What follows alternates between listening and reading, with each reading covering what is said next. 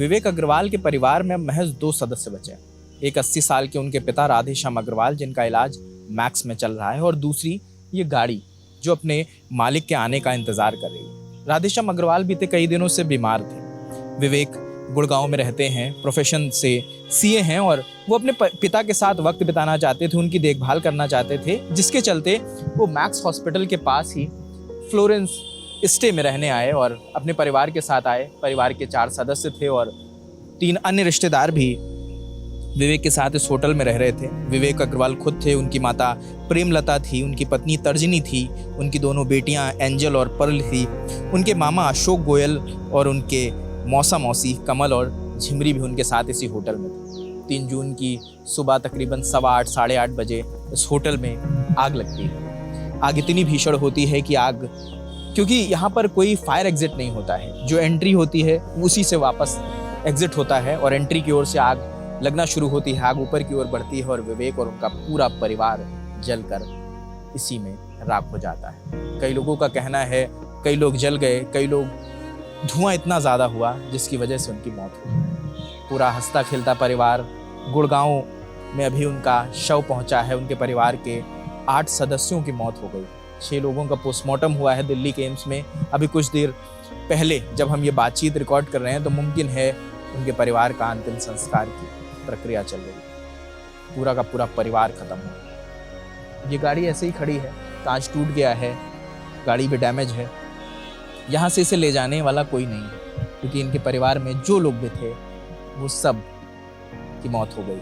और जो इकलौते सदस्य बचे हैं, विवेक के पिता राधेश्याम अग्रवाल, उनका मैक्स में इलाज चल रहा है। 3 जून को जो घटना हुई है उसमें बताया जा रहा है अभी तक 21 लोगों की जान चली गई, जिसमें 12 फॉरेन के लोग हैं जो यहाँ पर आए थे, जिनका मैक्स में इलाज चल रहा था। उनके या तो रिश्तेदार यहाँ पर टिके हुए थे, क्योंकि मैक्स पास में है, वहाँ पर जाना उनके लिए आसान था। लेकिन जब आग लगी तो कोई भी, जितने लोग अंदर थे कोई भी नहीं बचा।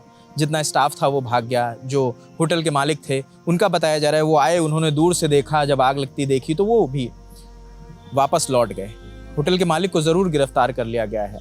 मीडिया रिपोर्ट्स के अनुसार कुछ जानकारियाँ और छन के आ रही हैं। बताया जा रहा है पहले यहाँ पर टी स्टॉल लगाने का परमिशन था, जो लवकेश बजाज इस होटल के मालिक हैं। उसके बाद बेड एंड ब्रेकफास्ट का इनको परमिशन मिलता है और उसके ही चलते इन्होंने पूरी बिल्डिंग खड़ी कर ली। इनके पास फायर एनओसी नहीं था, इनके पास कोई अप्रूवल नहीं था इतनी बड़ी बिल्डिंग बनाने का, फिर भी इन्होंने इतनी बड़ी बिल्डिंग बनाई। और ये भी सूत्रों से जानकारियाँ मिल रही हैं कि इनके 1-2 और होटल हैं जो यहाँ पर संचालित हो रहे हैं। तमाम जो विदेश से लोग आते हैं जिन्हें मैक्स में इलाज कराना होता है वो आसपास के होटल्स में रुकते हैं। और ये महज एक होटल की तस्वीर नहीं है, ऐसे तमाम होटल्स हैं जिनमें हम गए, तमाम होटल्स हैं जिन पर अब ताला लटक रहा है। जो एक आध होटल खुले हुए हैं वहाँ पर जो लोग रुके हुए थे अब उन्हें फोर्स किया जा रहा है, उन्हें ज़बरदस्ती होटल खाली करने के लिए कहा जा रहा है। और वहाँ पर अब कोई स्टाफ नहीं है। जो लोग रुके हुए थे वो उन्हें मजबूरन वो होटल खाली कर और कहीं रुकने के लिए मजबूर है। 3 जून की तस्वीरें हम सब ने देखी, इतनी दर्दनाक, इतनी भयावह तस्वीर थी। तमाम लोगों ने 2-2, 3-3 मंजिल से छलांग लगाई। एक तस्वीर जो सामने आई है, एक माँ जो अपने बच्चे को लेकर 3 मंजिल से कूदती है। उन्हें ज़रूर चोट लगी है लेकिन उनकी अभी सांसें चल रही हैं, वेंटिलेटर पर हैं, सफदरजंग में उनका इलाज चल रहा है। तमाम लोग हैं जिनका एम्स में इलाज चल रहा है।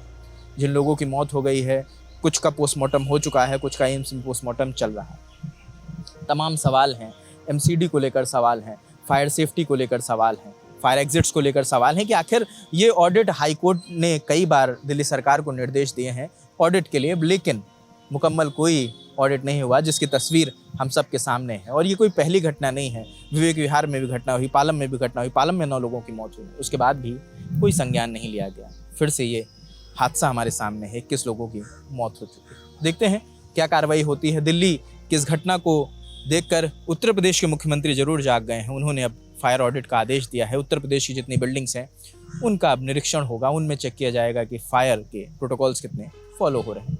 इस मामले में क्या कार्रवाई होती है वो देखना होगा। जो भी अपडेट होगा वो हम आपको देते रहेंगे। और हमें लगा कि ये कहानी आप तक लेकर आनी चाहिए। बाकी इस रिपोर्ट पर आप जो भी सोचते हैं हमें कमेंट सेक्शन में ज़रूर बताएं। कैमरे के पीछे दानिश है, मेरा नाम रजत है। शुक्रिया।